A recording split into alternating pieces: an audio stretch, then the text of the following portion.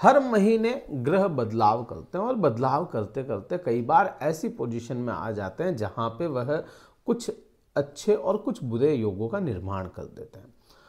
इस बार फरवरी महीना बहुत ज़्यादा इम्पोर्टेंट हो रहा है कन्या राशि वाले जातकों के लिए। तो विशेष बात फरवरी महीने की है और कन्या राशि वाले जातकों के लिए विशेष क्यों हो रहा है।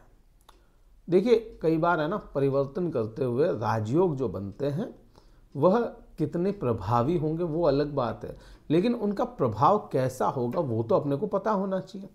अब यहाँ पे सबसे पहले जो परिवर्तन कर रहे हैं इस महीने में ग्रहों की बात करें तो वह बृहस्पति ग्रह है। बृहस्पति ग्रह 4 फरवरी को परिवर्तन कर रहे हैं। परिवर्तन राशि का नहीं है, परिवर्तन यहाँ पे सिर्फ इतना है कि बृहस्पति वक्र अवस्था से मार्गी हो रहे हैं। अब यह जो बृहस्पति है आपके लिए क्या होता है, एक तो सुख भाव के कारक है, सप्तम भाव के कारक है, भाग्य भाव में मार्गी हो रहे हैं। और यह भाग्य भाव में मार्गी होना आपके लिए थोड़ा अच्छा ही है, क्योंकि यह भाग्य में मार्गी हो रहे हैं तो भाग्य को मार्ग पे लाएंगे, भाग्य का साथ दिलाएंगे। दूसरा, यहाँ पे यही बृहस्पति आपके सुख भाव पे भी प्रभाव लाएंगे और आपके सप्तम भाव पे भी प्रभाव लाएंगे, चौथे और सातवें भाव पे यह प्रभाव लाएंगे। चौथा भाव थोड़ा सा एक्टिव कर देंगे। एक्टिव कैसे हो जाएगा, क्योंकि वह मार्गी हो रहे हैं तो सुख भाव भी आपका कहीं ना कहीं मार्ग पे आता दिखेगा। पति पत्नी के संबंधों में भी यहाँ पे स्थिरता देखने को आपको मिलेगी। एक चीज तो यह बृहस्पति की अपने को बहुत क्लियर समझ में आती है। अब यहाँ पे बात करें आप ही के कन्या राशि वाले जातकों के अगला परिवर्तन क्या होगा, वह होगा बुध ग्रह का। बुध ग्रह 11 फरवरी को परिवर्तन करके आपके पंचम भाव से निकल के आपके कहाँ पे आ जाएंगे, छठे भाव में। और 12 तारीख को सूर्य ग्रह परिवर्तन कर जाएंगे। सूर्य ग्रह यहाँ पे क्या होते हैं आपके लिए विशेष। देखिए, एक तो आपके लिए बुध ग्रह राशि स्वामी है और लग्न या राशि स्वामी जब भी छठे भाव में जाता है अपने प्रभाव खो देता है। बुध ग्रह तो बुध चंद्रमा शुक्र ये अपने प्रभाव खो देते हैं, लेकिन यहाँ पे सूर्य परिवर्तन कर रहा है, ये मेन इंपॉर्टेंट है। दूसरा, यहाँ पे आपको है ना थोड़ी सी परेशानी, ईचिंग वगैरह, आपको स्किन रिलेटेड परेशानी आ सकती है, कम्युनिकेशन गैप आपका लोगों के साथ में आ सकता है, नो डाउट। यहाँ पे बुध के प्रभाव तो ये बनता है, लेकिन सूर्य उन स्थितियों को संभाल लेगा। अब आपके मन में आए कि सूर्य ग्रह जो 12वें भाव का स्वामी है वो कैसे संभालेगा।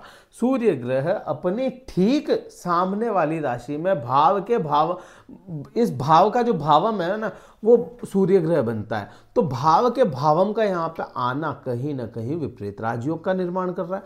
ये विपरीत राजयोग ही आपको आपके देखिए सेवा भाव को एक्टिव करेगा, मतलब आपकी जॉब को कहीं ना कहीं स्टेबल करेगा, न्यू जॉब के योग भी बनाता है, नए इंटरव्यू में सक्सेस रेशियो को आपके बढ़ा देगा, रोग और ऋण को भी यहाँ पे खत्म करता हुआ नजर आएगा, सडन खर्चों को रोकता हुआ ये अपने को सूर्य नजर आता है। यहाँ तक तो अपने को चीज ठीक है। विद्यार्थियों के लिए बात करें तो 11 तारीख तक तो चीजें काफी हद तक आपके पॉजिटिव अपने को समझ में आती है, क्योंकि लग्नेश खुद वहां पे बैठा है। लेकिन 11 के बाद में थोड़ा सा मन बुझा बुझा रह सकता है, टेंशन आ सकती है पढ़ाई की भी, पढ़ाई की टेंशन बनने के ज्यादा योग यहाँ पे बनते हैं 11 फरवरी के बाद में। तो उसका आपको है ना पढ़ाई का फोकस आपको लगाना पड़ेगा, फोकस करना पड़ेगा। हाँ, यहाँ पे एक साथ और मिल रहा है कि बृहस्पति जो मार्गी हो रहे हैं उनकी दृष्टि यहाँ पे होगी। बृहस्पति शुभ ग्रह है और उस शुभ ग्रह की 9वीं दृष्टि यहाँ पे अमृत वर्षाएगी, तो वो आपका सपोर्ट कर सकती है, लेकिन टेंशन तो बनेगी यहाँ पे पढ़ाई की। पढ़ाई में आपको थोड़ा सा फोकस करेंगे तो बृहस्पति का साथ मिलकर के आपको इन समस्याओं से निजात दिला देगा। अगला जो परिवर्तन होगा, सूर्य का परिवर्तन मैंने बताया, विपरीत राजयोग में आने की वजह से सूर्य अच्छे प्रभावी हो जाएंगे आपके लिए। अब ये जो मंगल का परिवर्तन है यह हो रहा है 24 तारीख को। अभी मंगल ग्रह कहाँ पे है, मंगल ग्रह आपके कर्म क्षेत्र में है।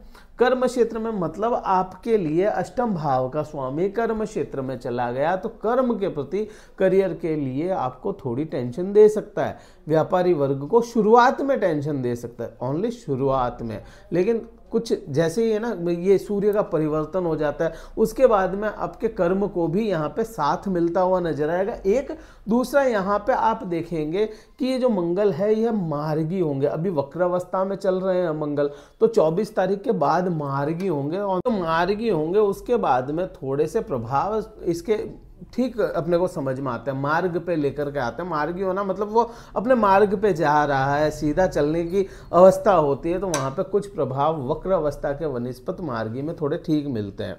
अब यहाँ पे सबसे मेन इंपॉर्टेंट बात क्या हो रही है, दो राजयोग बने, एक विपरीत राजयोग बना, दूसरा राजयोग बन रहा है शुक्र ग्रह से। 28 जनवरी को शुक्र ग्रह परिवर्तन करेंगे और आपके सप्तम भाव में आएंगे। अभी की स्थिति शुक्र ग्रह की क्या है, अभी की करंट सिचुएशन जो है, जब यह वीडियो शूट हो रहा है जनवरी महीने में 28 तारीख से पहले, तो अभी की सिचुएशन तो आपके छठे भाव में शुक्र ग्रह है, लेकिन फरवरी जो महीना होगा, फरवरी महीने में आपका शुक्र ग्रह अपनी उच्चतम अवस्था में होगा, और उच्च का होकर के शुक्र आपके सप्तम भाव में बैठा है, मतलब अपने बेसिक हाउस में ये बैठा है। काल पुरुष की कुंडली में 7वां भाव शुक्र ग्रह को मिलता है, और शुक्र ग्रह आपके लिए क्या है, आपके लिए नवम भाव के स्वामी है, और यह बैठे अभी यहाँ पे सप्तम भाव में आ जाएंगे। और ये किस राशि में होंगे, यह होंगे मीन राशि में, एक तो उच्च के हो गए, दूसरा मीन राशि में हो गए। अब मीन राशि में, मीन राशि का स्वामी कौन, बृहस्पति। बृहस्पति ग्रह कहाँ बैठे हैं, बृहस्पति भाग्य भाव में बैठे हैं। आपके भाग्य भाव का स्वामी कौन, शुक्र ग्रह, मतलब दोनों ने परिवर्तन राजयोग का निर्माण कर लिया। अब ये जो परिवर्तन राजयोग है, यह आपके लिए सप्तम भाव मतलब व्यापार, पति पत्नी के संबंध, यहाँ पे काफ़ी हद तक आपको रिलैक्स कर देगा, आपको काफ़ी हद तक यहाँ से रिजल्ट अच्छे लेकर के आएगा। प्लस भाग्य का भी यहाँ पे आपको अच्छा सपोर्ट मिलता चला जाएगा। जिन लोगों का भाग्य बहुत अच्छा साथ नहीं दे पा रहा इन दिनों में, तो वह अपने पति पत्नी का सहारा लेकर के अपने भाग्य को एक्टिव कर सकते हैं। पति पत्नी को आपसी संबंध अच्छे बनाने पड़ेंगे, क्योंकि शुक्र ग्रह है, उसको और एक्टिव करने के लिए आपको आपसी संबंधों पे ही कार्य करना ज़्यादा बेनिफिक रहेगा। क्या उपाय करें, मैं हमेशा कहता हूँ अपने भाग्य भाव के स्वामी को, अपने पंचम भाव के स्वामी को एक्टिव रखें, वह आपको हमेशा अच्छे रिजल्ट देगा।